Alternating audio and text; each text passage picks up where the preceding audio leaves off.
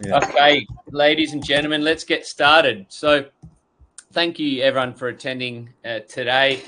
My name is Tom West, founder and CEO of Hyper, and today's fireside chat is all about building a global network for restaurant bookings.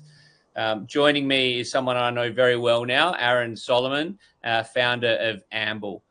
Welcome, Aaron. Thanks, Tom. So I suppose a little bit of a personal side to it. I first met Aaron. Class of 22. Class of 2022. I met Aaron at Bishopsgate, one of our original offices in Bishopsgate, and I still to this day remember sitting in the boardroom. It got to the end of the meeting and it became a bit quiet because there were a few touching topics. One was having to quit your job and going full time, and one was a lot of LOIs and having a full time job and being told you need LOIs, it can be quite daunting. And I remember walking out into the coffee area from the boardroom, and Aaron joined me, and he also touched on the fact that he was getting married the following year. So how can I quit my job? So today we're going to talk about some of the challenges, some of the success, some of the failures.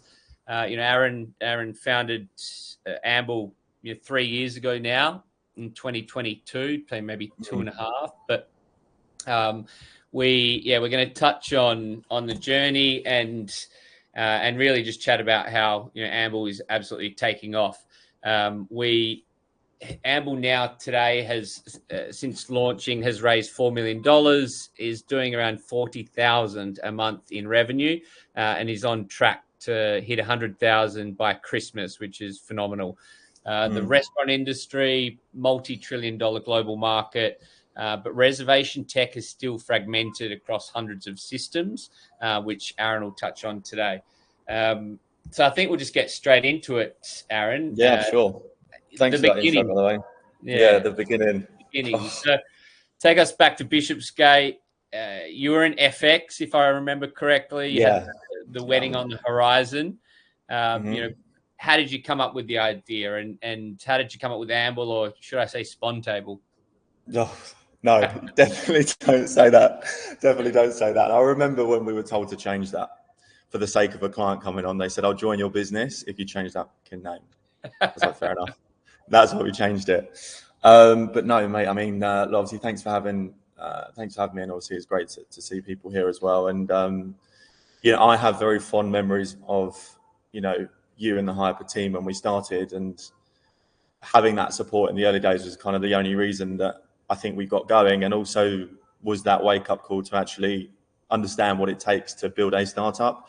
Because this wasn't a side business. It started as an idea, but now it's grown into, it's not even a job, it's a lifestyle. We've got 16 employees now. We're live in 3 countries, and we've got some very, very notable investors on. And that's been a hell of a journey, and it's not all been pretty, for sure. But we can obviously touch on that. But no, the early days, I mean, I spent 9 years in FX. So it was basically financial sales, and it was a very, very good career. And, I started on like 12k salary. It actually cost me money to get to London at the time because I lived in Essex, so it cost me money to get to London to actually get to work.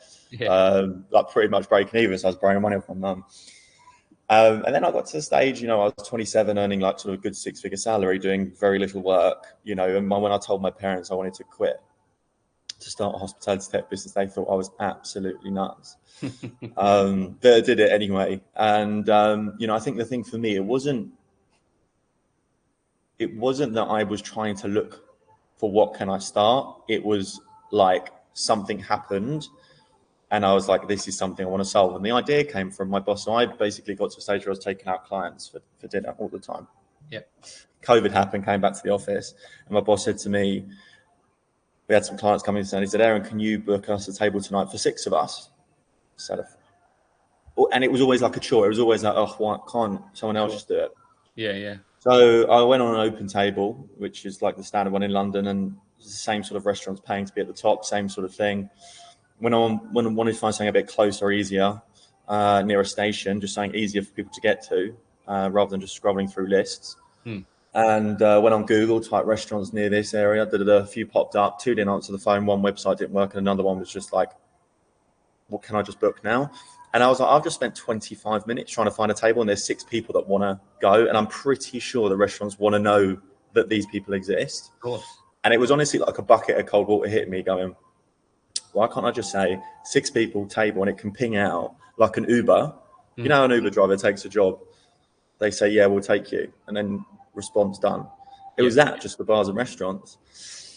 And honestly, I don't really remember looking back. I didn't. I just started working on it. Yeah. So once you came up with the idea, you built your first, high fidelity prototype. You had your pitch deck. The next part, you don't have your MVP live. That's going to take some time. Talk us through, how you were validating the idea and how you were, building that fear of missing out. We always touch on LOIs, and I remember sitting in the boardroom and saying, like, you want to get a ton of LOIs signed. Well, that's what we did.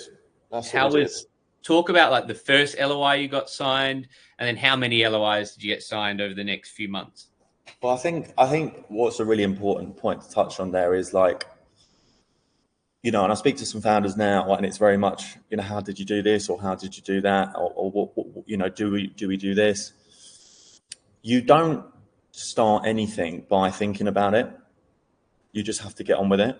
So, I was traveling to London, an hour and a half to work, traveling back from work, an hour and a half. So I was like tired in the morning, tired in the evening, doing my corporate job. And then obviously meeting you at the office from like 6:30 onwards after I'd finished my day. And then you're sitting there going, you need to get LOIs. And I'm like, well, how? You need to get restaurants to sign up. Well, how am I going to do that? When am I going to find the time? Well, how do you expect to start a business? And it was kind of more messages like that, where there was a lot of talk, there's people a little talking, and you really just have to do it. So I remember I thought, you know what, I'm actually going to do this. And I thought I'd give myself a week to do it, but I did it for 3 months straight.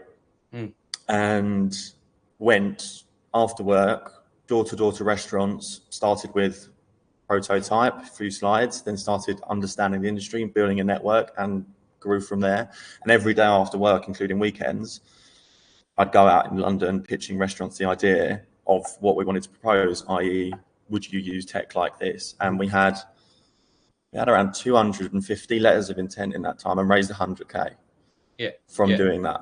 And at the start, it was very daunting. Like, I was getting told to, like, I was going in their peak time, right? So I'd walk into a restaurant and they'd be like, "Are you here to sell something?" I'd sort of get out, just get on with it. Yeah. But that's how you start. Yeah. Do you remember the conversation when, chatting to, the first angel investor, after you had 50 signed LOIs? Like, was that building their confidence in you? I think, and tell me if I'm wrong, but all you've got to go in at that stage, when you're almost in ideation stage, is an investor's going to go one or two things. Can this person do it? And do I believe, well, 3 things. Can this person do it? Do I believe in the idea and understand it? And is it validated? Is anyone actually going to buy this thing, or is it just me? And we hit those things very, very quickly. We proved that these restaurants wanted it. We knew enough about the industry by then, a hell of a lot more now. And then, of course, it was just whether they believe you're backable, right? Yeah. And so there's still a question coming there from. Do you want to do questions now? I think we'll do questions at the end. Fine. And I'll quickly just jump in and say, thank you everyone for attending. That's just jumped in. I can see there's 35 people live, which is fantastic. If you have any questions, chuck them in the comment section. You'll see the little comment icon at the bottom. Just chuck the questions in, and we'll do some Q&A at the end.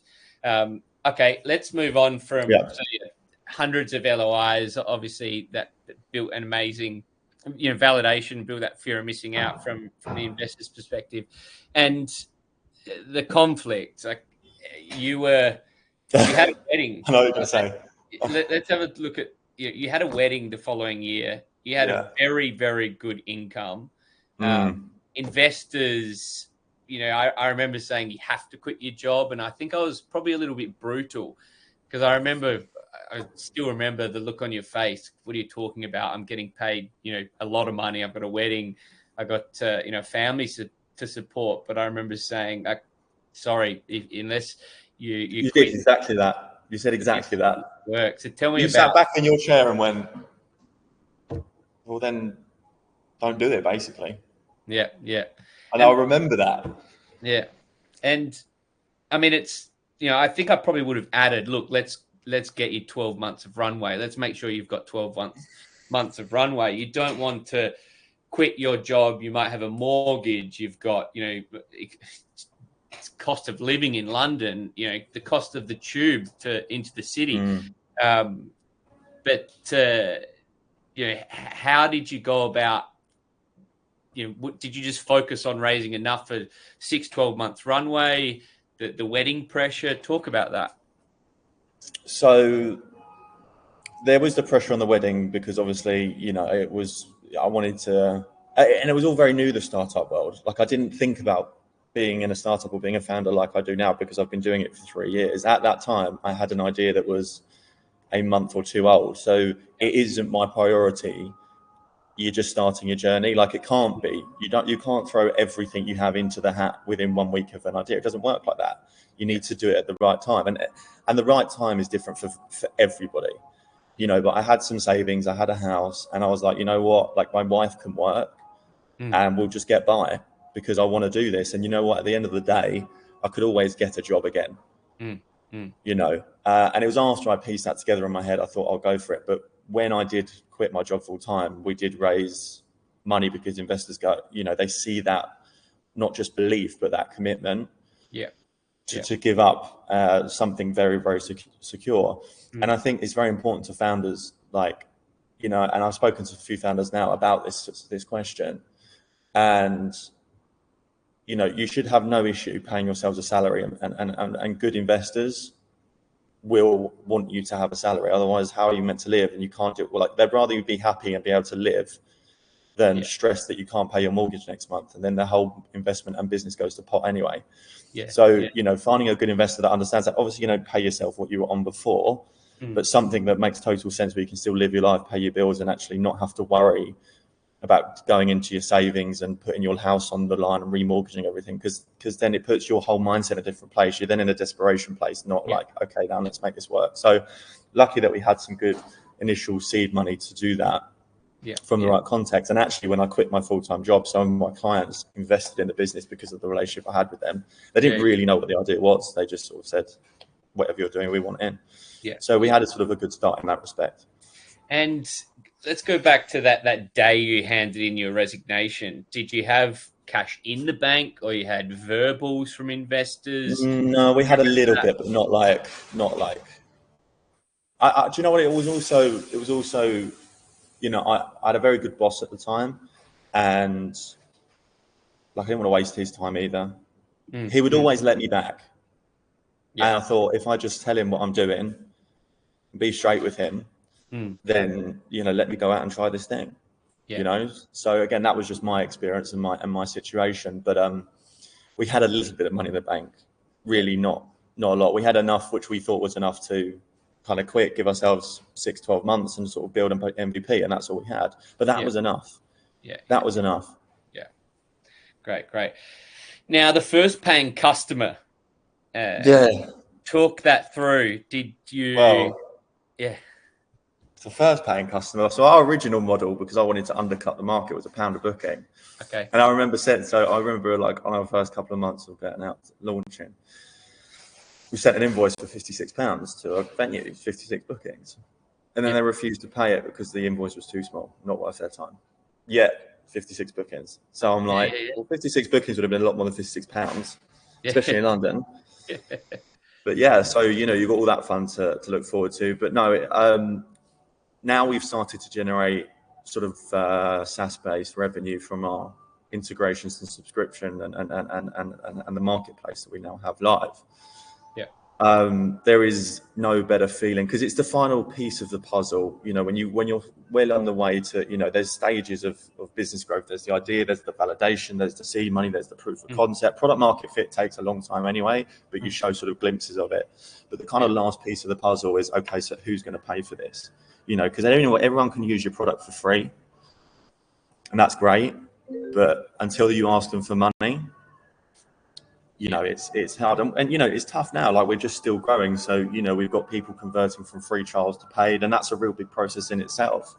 But when you get that payment, and you start doing that, it really does sort of tick a lot of boxes for investors. And I feel like, and Tommy, you'll agree with your experience, a few years ago, it's definitely pre-COVID or maybe just after, ideas got a lot more attention. Now it's all about the revenue side. How much is it de-risked? So, the world has shifted, and I guess our focus has shifted on making sure that we achieve that. So it's very much a revenue focus. Yeah. And on the revenue growth, you're doing around 40K USD a month now, and you're on track to probably crack 100K by Christmas. How are you kind of managing to scale that revenue so quickly?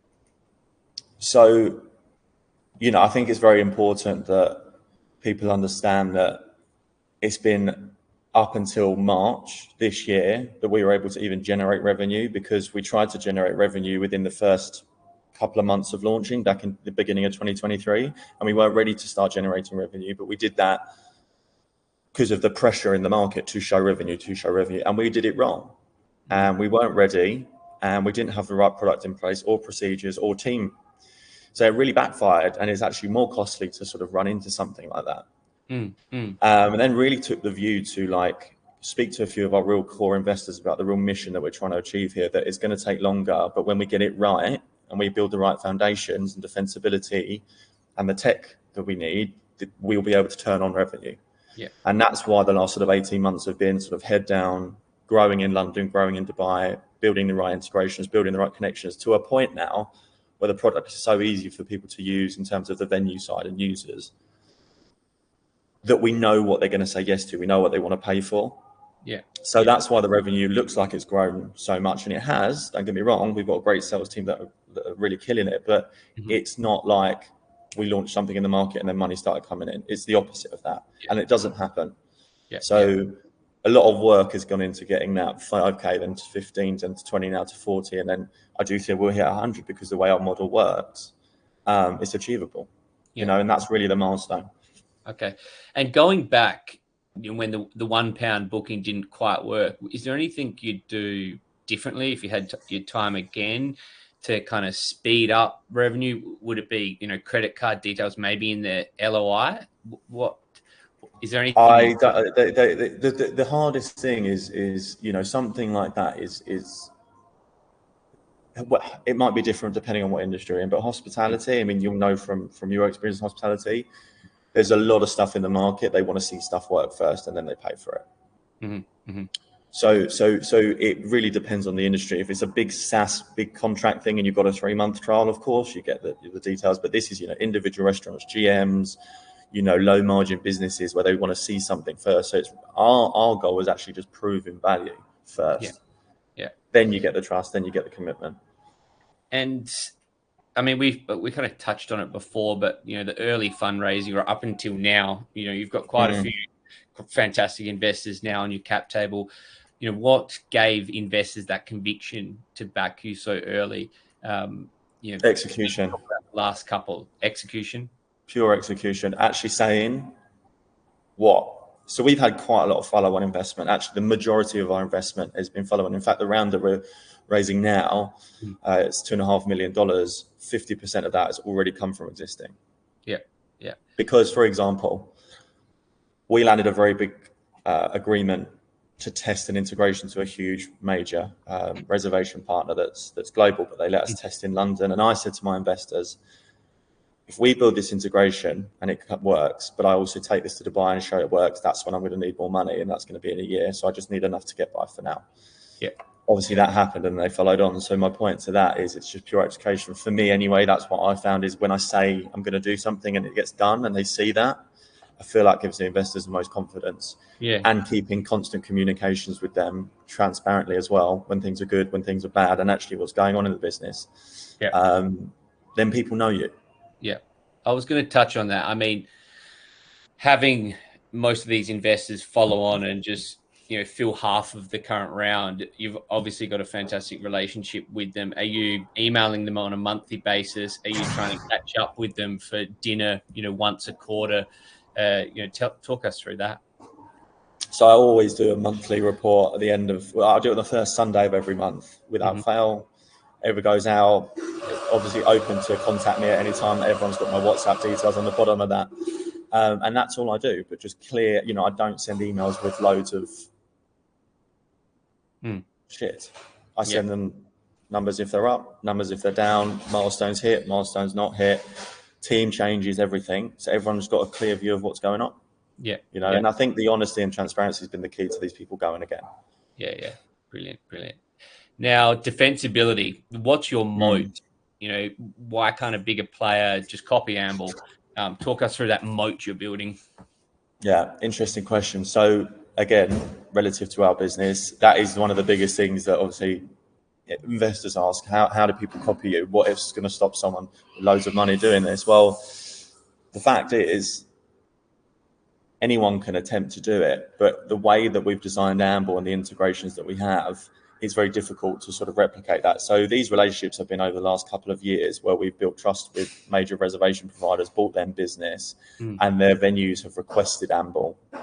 So what's then happened is then we've been passed up the food chain to get these connections, which make it obviously very hard for people to get because you can't just get access to this databases. So, we building the tech now, and this round, what it's going to support is giving us access to over 100,000 venues globally, right?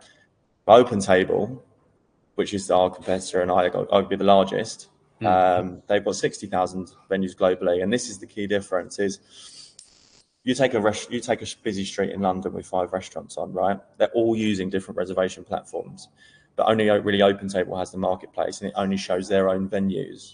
And it only shows tables that have been assigned to it, but the rest of the market use very different platforms for very different things, and there's no aggregated availability. So what it's taken is AMBL coming out to the market, and then the reservation, and then the clients, i.e. the venues, passing that up the food chain and saying we want to work with this, and then us having good enough tech to be able to do this so the app works. And that's where most of our investment has gone into the technology, which goes back to my last point about the foundation building, because now you can just turn this on for the venues. So in terms of defensibility, that's the roadmap. There's 40 odd people on the call. Do with that what you will. That's where it is. But to get those things built quickly, it takes time. Yeah, love it. Now let's talk global expansion, which you've obviously grew up in London, just out of London. You saw the gap in the market in Dubai, UAE. What's next? Where are you thinking? Is it Europe? Australia. Is it US? Oz. Australia. Oz. Yeah. Love it. Yeah. One of our partners is dominant in Melbourne and Sydney, and I have a potential head of sales who's Australian that wants to come in and do it, but that'll depend on resources. But 100%. Yeah. We've just last month put live in Europe, Spain and Greece. So we're looking to expand in Europe as well. There's a lot of the partners we have now. There's a lot of low hanging fruit that we can do cost effectively, but the US is a sort of conversation for 2027, 28. Cool. I get the US question a lot. Yeah. We'd love to see launching in Australia. We've got obviously a good network, and from my background, doing Loke in Australia, and I think there's probably a couple of, one in particular, founder Luke on the call that I'll introduce you to, has great hospitality connections in Australia, building something that I think will complement AMBL. Now, the future vision, let's talk about 5 years from now. What do restaurant bookings look like from your perspective in 5 years? I'm seeing more and more venues going digitally. As 70% year on year are growing into more reservation tech, or they're trying to build their own sort of apps, or they're trying to do things with their website and integrate it into things. Some are doing it well, some are doing it badly, but it's creating more ways where, if you call a restaurant, a lot of them are getting AI voice chat now. So you actually can't speak to someone. If you've got a special event that you want to do, you want to speak to someone, or you've got, you're going to propose to your missus, whatever it is. It's hard to still get that across to a restaurant, because normally you just call and do it, right? It's all going a bit more digital, and there has been a flood of apps into the market to get different things from restaurants, be it discounts, be it secret tables and all this stuff. So there's a lot of noise now starting to happen, which is a good and bad thing, because the good ones last and the bad ones fall away, but it still trains people and educates the market for you, right? And what I see happening is, in the same thing that Booking.com did for hotels, it's a go-to to do a certain thing in the same way Skyscanner is. to do a certain thing. There's nothing like that for restaurants. Yep. Google's just the directory of everything else. And that's where I see the gap in the market, is for us to aggregate the market and provide the best way for customers to get what they want super quickly and change that behavior. So that's what I want to achieve for AMBL in terms of our vision. But in terms of what I see in the next 5 years, I see every restaurant using some sort of reservation technology. I see all the apps that they're creating, realize that it's a lot of time and money spent into an app that has 3 or 4 or 5 or 10 of your restaurants on that doesn't solve a user problem, and people needing solutions to be seen more. Yeah, love it. And the last question I've got, just advice for advice for founders. Some of the founders attending today would have launched. Some would be right back at idea validation stage, LOI stage. Explain. I suppose what's your biggest piece of advice? And going back to that first walk-in you did, was it a no? Was it demotivating? What allowed you to push through that kind of barrier and have hundreds of LOIs signed up? I think the whole process is demoralizing. I think the whole process is like the biggest character building thing you'll ever do. And if taking a no upsets you, then like forget it. Like the amount of I remember like when we first launched, we had a venue sign up, and very, very early days, that then the person that signed up left their restaurant on, and people booked the restaurant, turned up without booking, and then the customer's going, I booked through your app, and like all that stuff happens. Bad stuff happens all the time. It's just whether or not you believe in yourself and the business enough to just keep pushing through it. And the good things about it is you start to see those like little nuggets of things where you can see it working, i.e. waking up and seeing X hundreds of people have just booked, or seeing those reviews come in, or seeing a restaurant pay. It's those things that you just need to be patient for and just aim towards, and it'll get done. But in terms of like actual advice, that's more mindset. That's more mindset. But in terms of actual advice into what you should do next, is just get your product into people's hands as quickly as you can. Because we spent way too long, way too much building a product that we thought would work without it being in people's hands. You don't know anything until it's live, until into people's hands. So that's the only thing, well, not the only thing, there's loads of things I would have done different, but that is one of the things I would have done different. And I spoke to another founder actually in your process earlier this week about it, and I said exactly that. Get your product out as lean as you can into people's hands, and then you'll learn from there, because nothing is shit until it's in the market. Just an idea.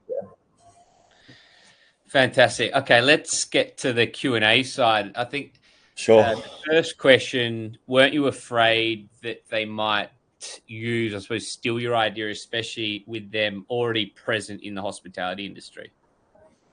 That's a good question. At the start, you're naturally very protective about your idea and whether someone's going to take it and take this opportunity away from you. And in the early days, I was. And in fact, when I did an event once, someone did try and do exactly that, but it didn't work.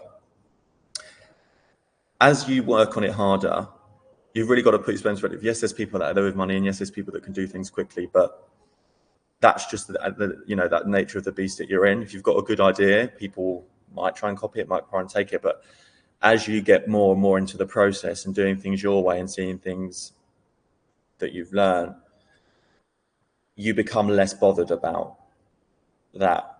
I'm on a call with 35 people and talking about my whole business and model, and there'll be more questions about that.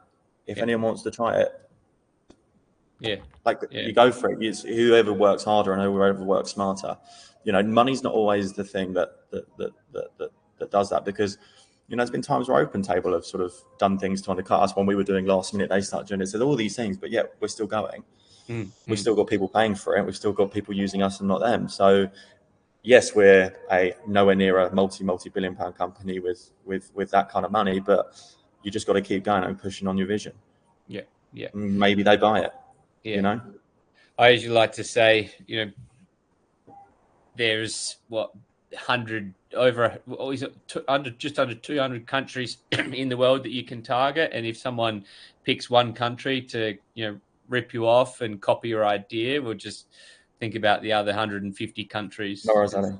Yeah, there's enough Big room out world. there for good.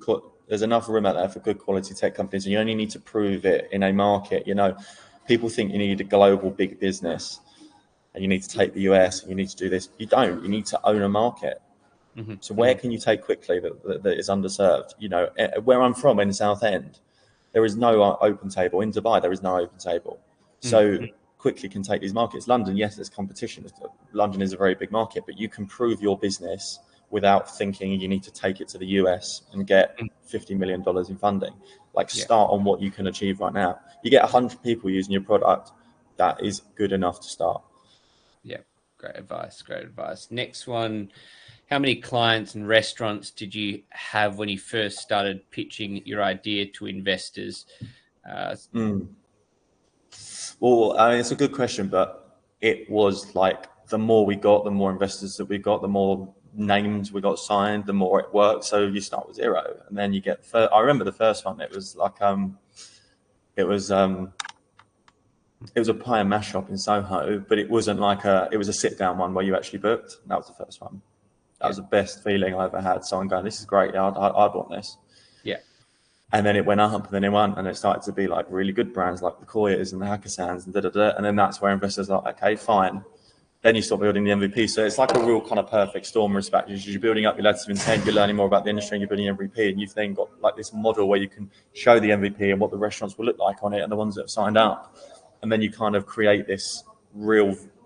You've got to let the investors see your vision as well. Clearly, you can articulate it as much as you want, but until they see it, those letters of intent or that just something in their hand, it's very hard for them to understand. Yeah. And what was good is we started to populate a map of London of all the sign-ups, and that was really good visual to show how many venues wanted this product. Here's what we need to sell to. Yeah, I remember seeing that on the big screen in your first WeWork office. Yeah. That was amazing. Just new venues popping up everywhere. Okay, and we've touched on that one. How did you combat the yes, but this is nothing new from investors when pitching?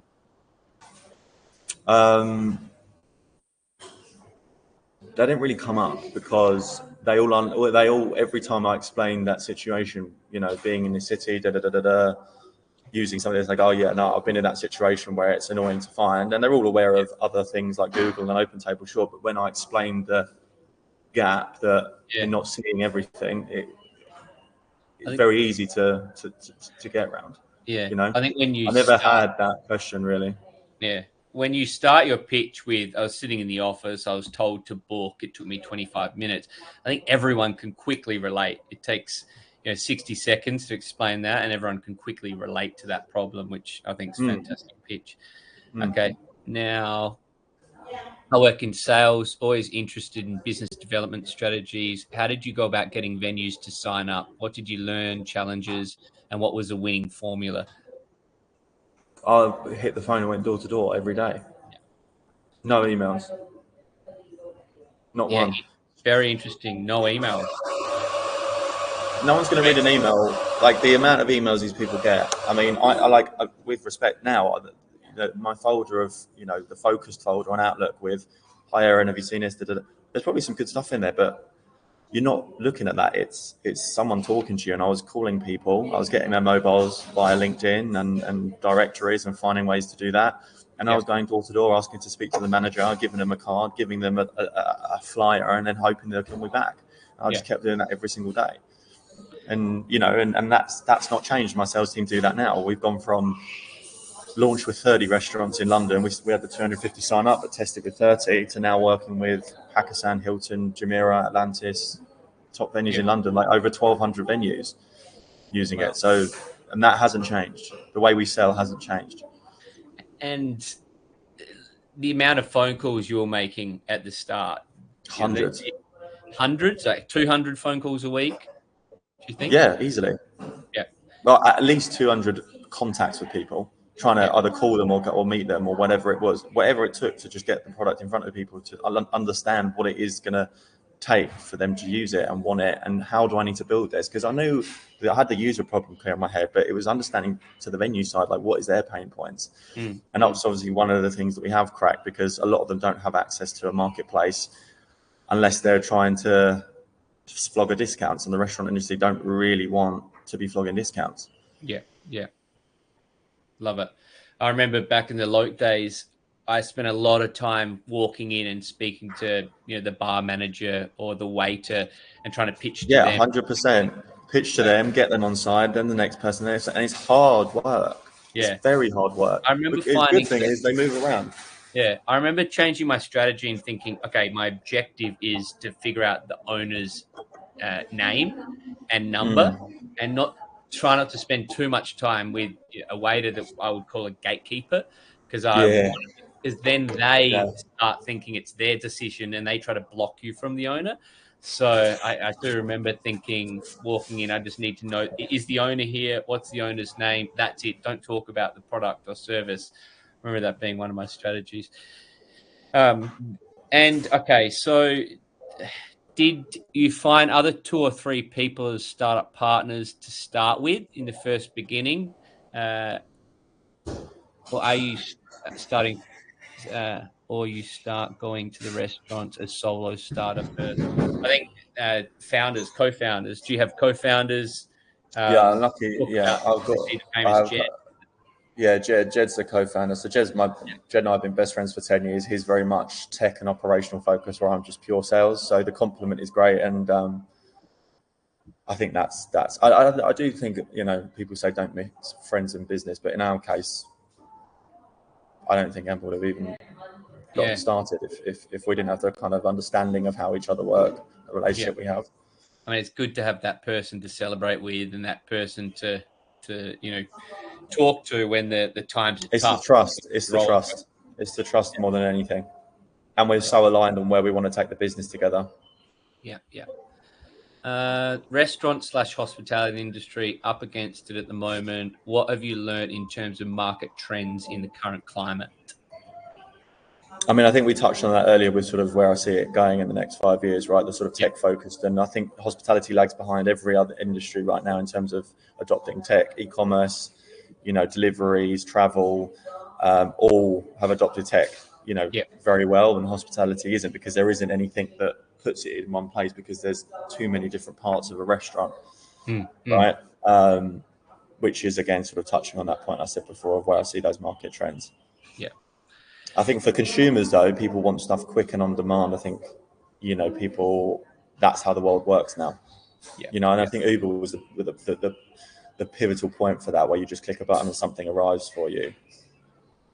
Then Amazon Prime, then Deliveroo, and all these things where you just click a button and what you want arrives. And I think that's why the consumers are now. Yeah. Instant gratification. Cool. Now, we probably only have time for one more question here. The rest of the questions I might just put in the comments section of Apollo so we can answer them after. So the last question, Aaron, could you please walk us through how you made the tech work? Did you bring tech partners on board? Do you know the answer to that, don't you? I do. Yeah, no. So it became very clear that tech was one of the most important parts that we needed for the company. Like, not just having a nice app. Yeah. It's actually working tech, because a lot of stuff goes wrong with tech, especially the bigger it gets. So we actually worked with Tom and Hyper and their partner tech team, which we had done for the last 2 years, which got us to where we are now. And now we've just hired, over the last sort of 6 months, our own internal tech team, because of the scale that we're growing and the integration partners we've got. But without that tech team, we wouldn't have actually even had a product to even go out and show people what we wanted to do. So that's what we did in the early days. And if you are a heavily tech-focused company, then you really need to ensure that you're investing in the right technology, because it can be very expensive and very tough to undo those things. Sales and marketing team members, can come and go, people join, that's fine. You can do a lot of it yourself, but tech is, if you're a tech heavy business, like, the right partner is arguably the most important thing right now in the early days. Okay. I'm just going to sneak one last question in. Your your exit, have you thought about when you want to exit the business? Is it 5 years from now? Have you thought about who might acquire you? Have you thought about a valuation you're looking for? Yeah, I have. And I have thought about who acquire us. And I feel like a lot of our strategy is built around building the business into an acquirable state rather than trying to build one. You can take the view very early on, which was some very, very good advice that I had, was like, you build something that no one's got, you don't try and take them on, and then it just becomes a very easy thing for someone big to just take, right? Yeah. So that's kind of a strategy. I found a strategy that another founder gave me on their third or fourth business, and I was like, that makes total sense. Because you can just build and be like, I want to take over the world. Well, how are you going to do that? It's very hard to do that on your first go. You don't know shit, right? Yeah. I don't know shit. My first go. So, you get that advice and it starts to help you shape things and make decisions. But in terms of return, like, as long as the early investors that gave me 25, 50K checks when I was like walking around London with no startup experience and it's just a sales background, if I can give them a very good return and that figure comes on the table, then I'll take it, because that's more important to me right now, is just proving that you can do it rather than the money in your account. Yeah. Love it.